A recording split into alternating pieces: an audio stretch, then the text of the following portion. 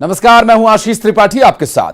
भोपाल से बड़ी खबर। व्यापम चौराहे पर सड़क हादसा हुआ, जहां तेज रफ्तार दो वाहन आपस में टकराए और दोनों गाड़ियों में करीब 3 लोग सवार थे और घायलों को अस्पताल में भर्ती कराया गया। आपको बता दें, व्यापम चौराहे पर यह हादसा हुआ जहां दो गाड़ियां आपस में टकरा गई। इस हादसे में गाड़ियों में सवार 3 लोग जो घायल हुए, उन्हें हॉस्पिटल में एडमिट करवाया गया। ये भोपाल से पूरा मामला सामने आया। व्यापम चौराहे पर एक सड़क हादसा हुआ, तेज रफ्तार दो वाहन आपस में टकरा गए और हादसे से जुड़ी तस्वीरें हम आपको दिखा रहे हैं। भोपाल से बड़ी खबर। व्यापम चौराहे पर सड़क हादसे में जहां तेज रफ्तार दो वाहन आपस में टकरा गए, दोनों गाड़ियों में करीब 3 लोग सवार थे। घायलों को अस्पताल में भर्ती कराया गया है और व्यापम चौराहे पर यह सड़क हादसा हुआ। तस्वीरें साथ साथ हम आपको दिखाते चले, जहां तेज रफ्तार दो वाहन आपस में टकरा गए। हादसे के बाद मौके पर स्थानीय पुलिस और ट्रैफिक पुलिस मौके पर पहुंची। हालात काबू में करने के लिए ट्रैफिक व्यवस्था सुचारू रहे, इसके लिए हालांकि दो वाहनों की टक्कर में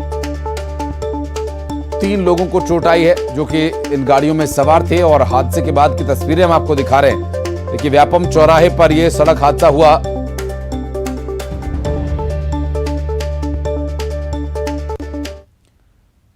और अब 2 तस्वीरें आपको दिखाएंगे, जहां शाहजहांपुर में बस ट्रक से टकराई, जिसमें 12 से ज्यादा यात्री घायल हो गए। श्योपुर से इंदौर ये बस जा रही थी और घायलों को जिला अस्पताल में भर्ती कराया गया।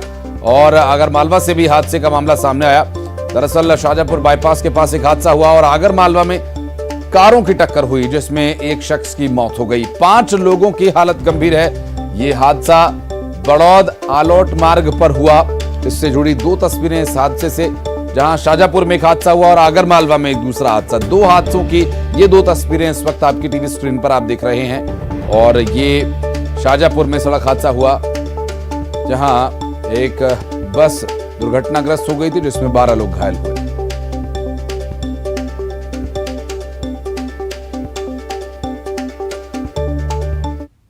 और मुंगेली में हुए बस हादसे में एक यात्री की मौत हो गई, जिसमें 12 से ज्यादा यात्री घायल हो गए। सरगांव और नंदघाट के बीच ये दुर्घटना हुई। घायलों को सिम्स बिलासपुर रेफर किया गया है। वहीं रायगढ़ के खरसिया में सड़क किनारे खड़ी ट्रेलर से स्कूटी टकरा गई, जिसमें 2 की मौत हो गई और 2 की हालत गंभीर है। 2 बच्चों की हालत गंभीर बताई जा रही है। दरअसल बिलासपुर में कपड़ा से भरी स्कॉर्पियो ट्रेलर में टकरा गई, जिसमें 3 लोगों को गंभीर चोट आई है। और यह हादसा रतनपुर नेशनल हाईवे पर अनस ढाबा के पास हुआ। वहीं बलरामपुर में 2 ट्रक्स की टक्कर हो गई, जिसके बाद दोनों ट्रक धू धू कर चलने लगे। नेशनल हाईवे 343 पर धलदोवा गांव के पास की ये दुर्घटना है।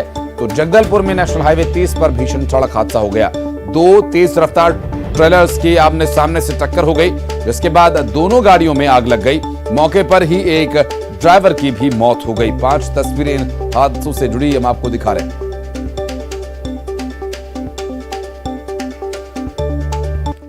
और हादसों के रविवार में अब आग की खबर। दरअसल आग लगने की वजह से फैक्ट्री में काफी नुकसान हुआ। खरमोरा इंडस्ट्रियल एरिया की एक फैक्ट्री जिसमें आग लगी थी, वेस्टर्न इलेक्ट्रोड्स की फैक्ट्री में आग लगने का यह पूरा मामला, जहां अभी आग किस वजह से लगी ये तो स्पष्ट नहीं हो पाया है, लेकिन कड़ी मशक्कत के बाद किसी तरह से आग पर काबू पाया जा सका।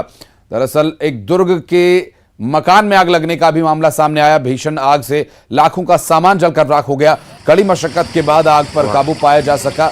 स्मृति नगर चौकी क्षेत्र की ये पूरी दुर्घटना है। वहीं कवर्धा के गुड़ फैक्ट्री में आग लगने का मामला सामने आया और आग से लाखों का नुकसान हो गया और समय पर दमकल की गाड़ियां भी नहीं पहुंच पाई। स्थानीय लोगों ने आग पर काबू पाया। बोडला थाना क्षेत्र के मानिकपुर गांव की यह घटना है। तो आग लगने की ये 3 तस्वीरें, 3 खबर अलग अलग जगह से सामने आई, जो हम आपको दिखा रहे हैं। वाह।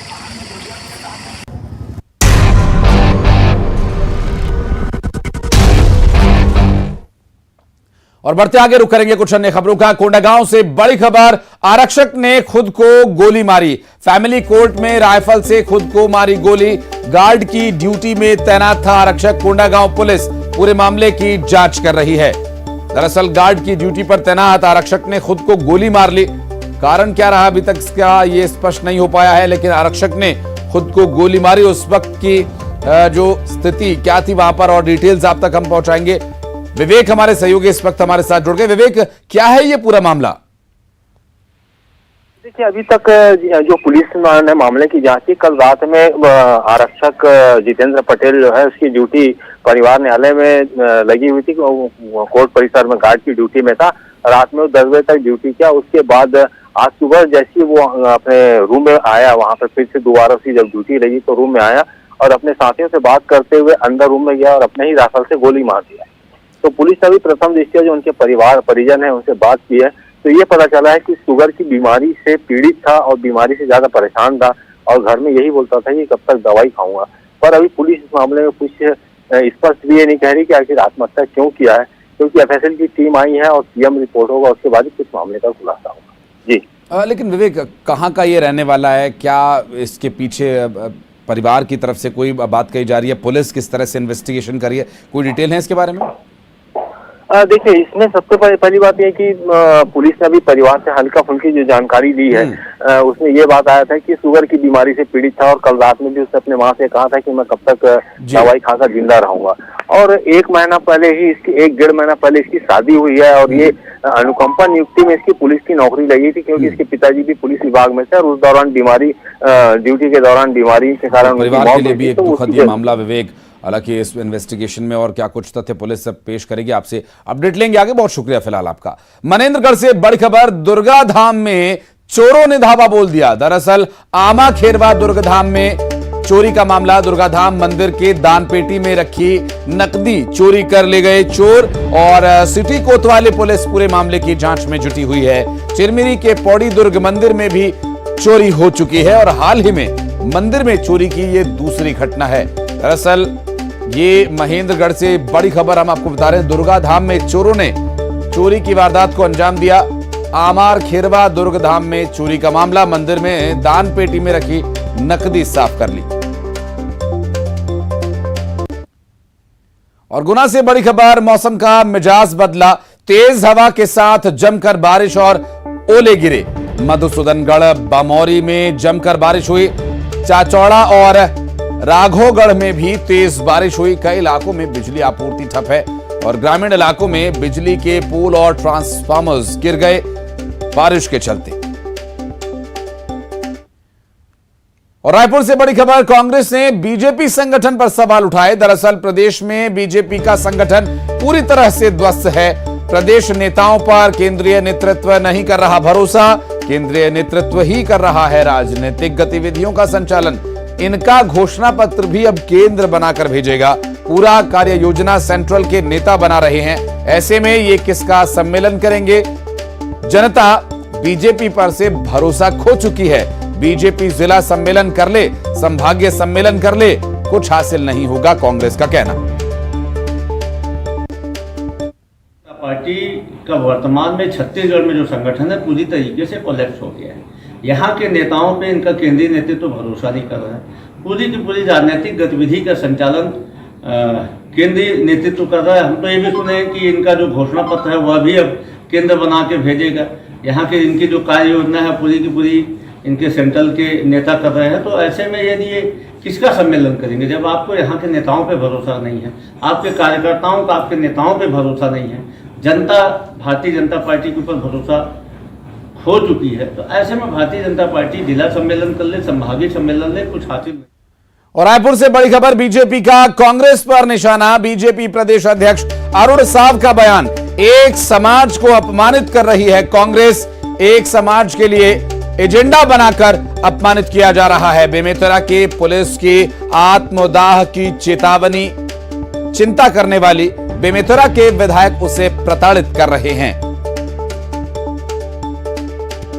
बेमेतरा जिला के पुलिस आरक्षक संदीप साहू, जो छत्तीसगढ़ रत्न से सम्मानित है, कई बार ब्लड डोनेशन किया है, उसने जो राज्यपाल को आत्मदाह